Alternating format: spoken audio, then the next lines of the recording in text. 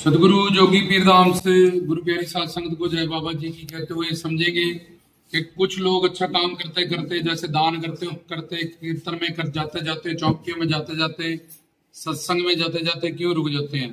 इस बात को समझेंगे तो हम माया के दीनों के हर नारी नर नारी के अंदर त्रिगुणात्मक माया होती है, रज तम सत। जब हमारे पुण्य उदय होते हैं, हमें अच्छे संस्कारों का फल मिलता है, हम मंदिर मस्जिद गुरुद्वारा किसी संत महात्मा सदगुरुओं के पास जाते हैं, उससे हमारे सात्विक गुण में वहां के कीर्तन प्रवचन सत्संग पुण्य दान ये सब करने से हमारा सात्विक गुण बढ़ता है और हमारा तामस और राजस गुण शांत होता है। और ये सात्विक गुण भगवान को, देवी देवताओं को, गुरुओं पीरों संतों फकीरों को अच्छा लगता है, पसंद आता है। अब जब बंदा कीर्तन भजन सत्संग पे जाने लगता है तो पहले वो सोचता है जाऊं मैं आज सत्संग पे, जा गुरु के दर्शन के लिए, जा किसी मंदिर में, जा कुछ दान कर दूं यार, मेरे को भगवान ने ना कुछ दिया। और जैसे ही वो ऐसी सोच बनाता है तो अब जैसे मधुमक्खियों का छत्ता है, उसमें तुम पत्थर मारते हो तो सारी मक्खियां तुम पे अटैक करती है। ऐसे तुम्हारे प्रारब्ध से जो तुम्हारे पुण्य और तुम्हारे पाप है, तुम्हारे पुण्य की वजह से, अच्छे संस्कारों की वजह से तुम्हारे ऐसे भाव बनते हैं साथ ही कि कोई दान कर दो, कुछ ऐसा कर दो, कोई नेक काम करो, धर्म का काम करो, भगवान का काम करो। लेकिन तुम्हारे पाप भी साथ साथ में चलते रहते हैं। और ये कलयुग है, काल माया का युग है। उसको पता है कि ये तो अच्छी सोच, नेक सोच, भगवत सोच, भगवान की सोच, गुरु की सोच, दान की सोच सोचने लगा, इससे तो इसके बहुत ज्यादा कृपा आ जाएगी आने वाले टाइम पे। और ये तो कलयुग काल माया का युग है, इसमें तो गलत काम जो करे उसको बढ़ावा दे रहा है। तो ये तो अच्छे कामों में जा रहा है, वहां सत्संग गुरु संतों से जुड़ेगा तो इसका सारा जीवन ही सफल हो जाएगा और अच्छे अच्छे काम करता रहेगा, ये सेवा सिमरन भक्ति भी करता रहेगा गृहस्थ जीवन के साथ साथ। तो वो बंदा क्या सोचता है मैं इतना पैसा दान कर दूं, ऐसा अच्छा काम कर दूं, साथ में यार कहीं इतना दान करने से मेरा तो नहीं कुछ हो जाएगा, कोई काम तो नहीं रुक जाएगा, मेरे पैसे कम तो नहीं हो जाएंगे, जब मैं सत्संग पे जा रहा हूं, मैं तो रिश्तेदार पे जा रहा हूं तो मेरी दुकान तो नहीं पीछे पड़ जाएगी, मेरा कारोबार तो नहीं पीछे पड़ जाएगी। ये सब उसके पाप आगे आने लगते हैं, उसके बुरे संस्कार आगे आने लगते हैं। ऊपर से कालयुग और काल माया का ये युग है, यहाँ बुरे काम, पाखंड, आडंबर, झूठ फरेब करने वालों को बढ़ावा मिलता है, सपोर्ट मिलती है। और नेक रास्ता, सच के रास्ते में, हक के रास्ते में, भक्ति सेवा सिमरन के रास्ते में चलने के लिए शुरू में जरूर थोड़े दिन या महीने तकलीफें मिलती हैं, फिर बाद में सारी जिंदगी इहलोक परलोक बंदा वो सुख पाता है।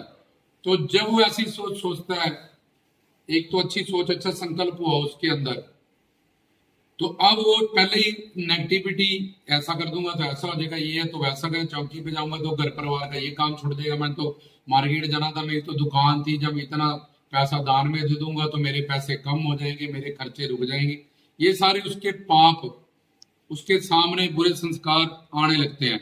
तो इससे पहले वो अच्छा और नेक भगवत काम करे। जैसे घोड़ा आगे है और गाड़ी पीछे है, तो घोड़ा गाड़ी कहते हैं, वो क्या करता है, अपनी घोड़े के आगे गाड़ी को खड़ी कर लेता है, एक अच्छी सोच सोचता है और 10 विपरीत सोचे सोचता है कि दान कर दूंगा तो ऐसा हो जाएगा, कोई नुकसान हो जाएगा, वहां नहीं जाऊंगा तो मेरा ये।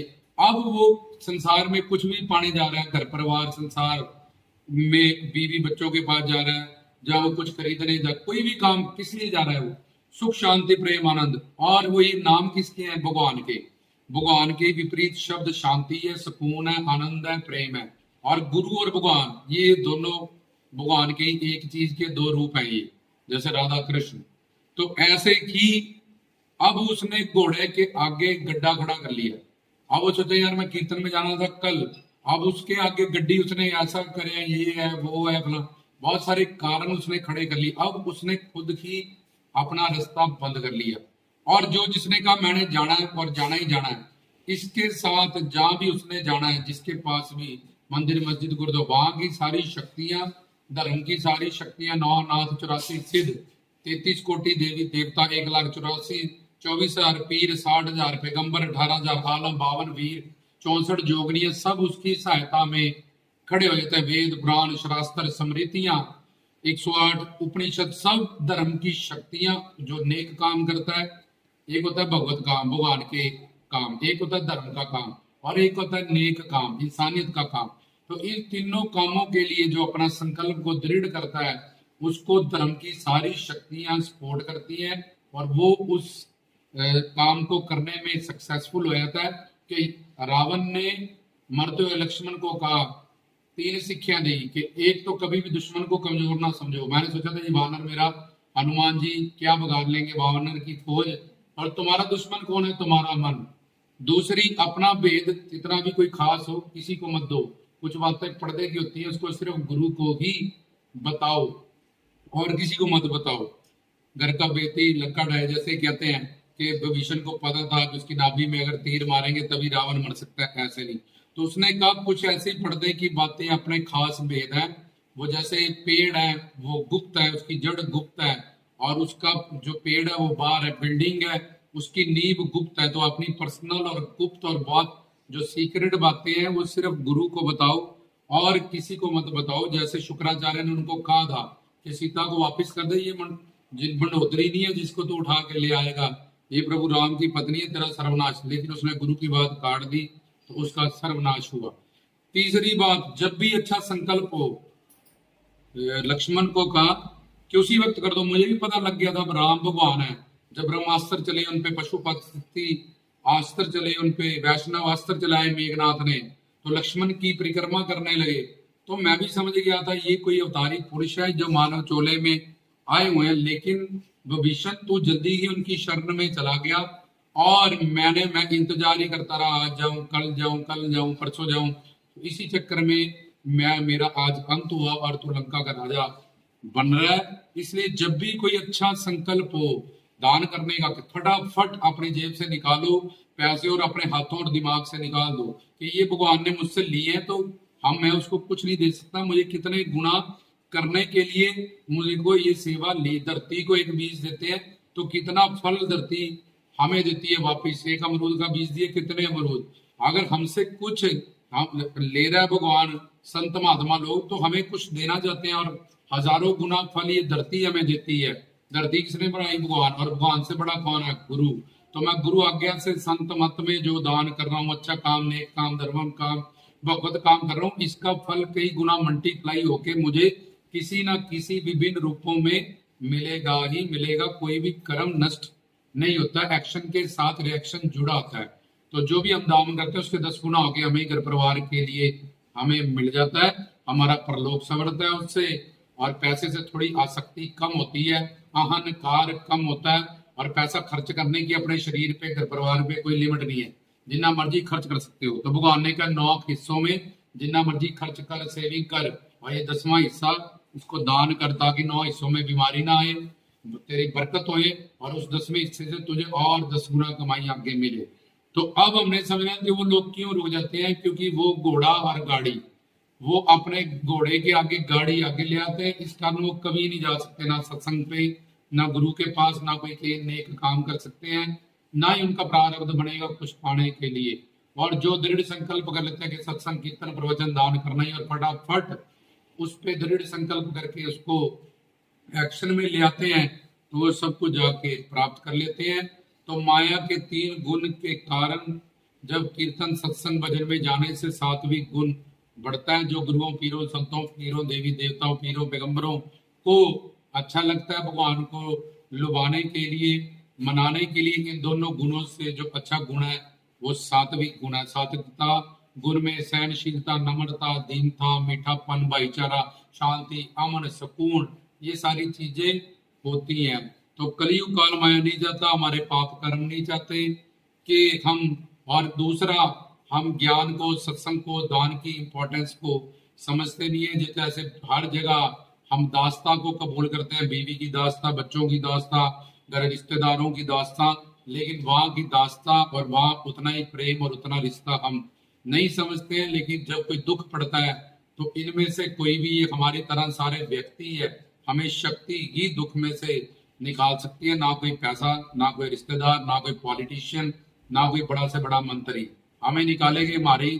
हमें कितना प्यार गुरुओं पीरों संतों पीरों से किया, कितनी करीबी उनकी हमें मिली, कितनी तन मन धन से सेवा की, कितना उनकी आज्ञा का पालन किया, तो ये सारी चीजें फिर हमारे काम आते हैं। तो प्रश्न था क्यों नहीं जा पाते हैं, उनके संस्कार उनके सामने आ जाते हैं और उनका दृढ़ संकल्प नहीं होता, अपने घोड़े के आगे वो गाड़ी आगे ले आते हैं, तो धर्म के सारे रास्ते उसके लिए बंद हो जाते हैं। और जो स्टैंड ले लेते हैं उसके लिए धर्म के सारे रास्ते देवी देवताओं के, संतों महात्माओं के, पीर पैगंबरों के, वेदों शास्त्रों के खुले रहते हैं। वो हमेशा दर्शन दीदारे संतों के पास रहते हैं, गुरुजनों के करीब रहते हैं और तन मन धन से सेवा करते हुए अपने मानव चोबल में, गृहस्थ जीवन में संसार के भी सारे सुख पाते हैं और मरने के बाद भी मोक्ष मुक्ति पाते हैं और गुरु के चरणों में, गुरु के धाम में वास करते हैं। तो हमारे ही किए हुए बुरे संस्कार और हमारी अज्ञानता, हमारा विवेक, हम सोचते हैं वहां पार्टी पे जाना था, सत्संग पार्टी पे जाते हैं, क्या मिलना वहां जाके? आनंद, शांति। अच्छा आगे मिला नहीं, बस सत्संग में गए, आनंद मिला, सुकून मिली, रहमत मिली, झोली भरी और पाप नष्ट हुए, कितने ज्यादा फायदे हैं।